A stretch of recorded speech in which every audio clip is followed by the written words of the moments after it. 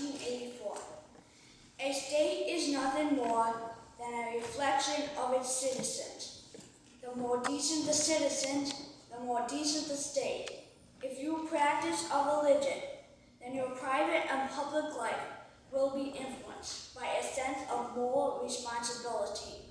We establish no religion in this country, but we poison our society when we remove its religious foundation. All are free to believe or not to believe. All are free to practice faith or not. But those who believe must be free to speak up and act on their religious beliefs and to apply moral teachings to public questions. A tolerant society is open and encouraging of all religions. And this does not weaken us, it strengthens us, it makes us strong.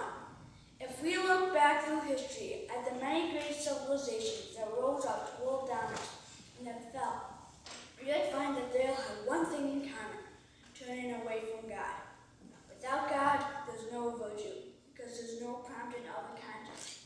Without God, we're trapped in the material world. Without God, there's an erosion of the society. Without God, democracy will not and cannot long endure. If we ever forget that we are one nation under God, then we'll be one nation gone under.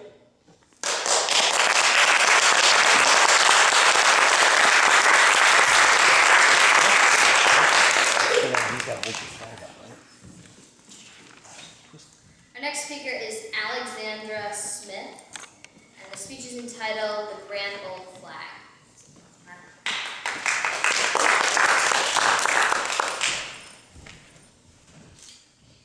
Fellow citizens of the United States, I am going to present to you a poem by Johnny Cash called "The Ragged Old Flag." I walked through a county courthouse square. On a park bench, an old man was sitting there. I said, "Your old courthouse is kind of run down." He said, "No, it will do for our little town." I said, "Your old flagpole's leaned a little bit. That's a ragged old flag you got hanging on." He said, "Have a seat," and I sat down. He said, "Is this the first time you've been to our little town?" I said, "I think it is." He said, "I don't like to brag, but we're mighty proud of that ragged old flag. You see, we got a little hole in that flag there when Washington took it across the Delaware, and it got powder burned the night that Francis Scott Key sat watching it, writing, 'Oh, say, can you see?' It got a bad rip in New Orleans with Packingham and Jackson tugging at its seams, and it almost fell at the Alamo beside the Texas flag, but she waved on them. She got cut with a sword at Chancellorsville, and she got cut again at Shiloh Hill. There was Robert E. Lee, Beauregard, and Bragg, and that south wind blew hard on that ragged old flag. In Flanders Field in World War I, she got a big hole from a Bertha gun. She turned blood red in World War II. She hung limp and low by the time it was through. She was in Korea, Vietnam.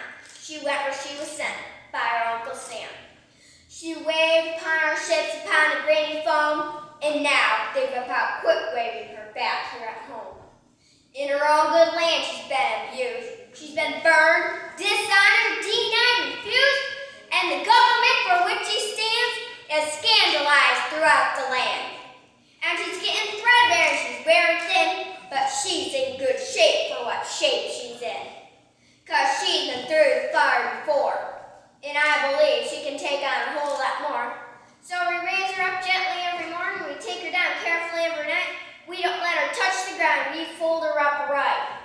And on second thought, I do like to brag, 'cause I'm mighty proud of that ragged old flag.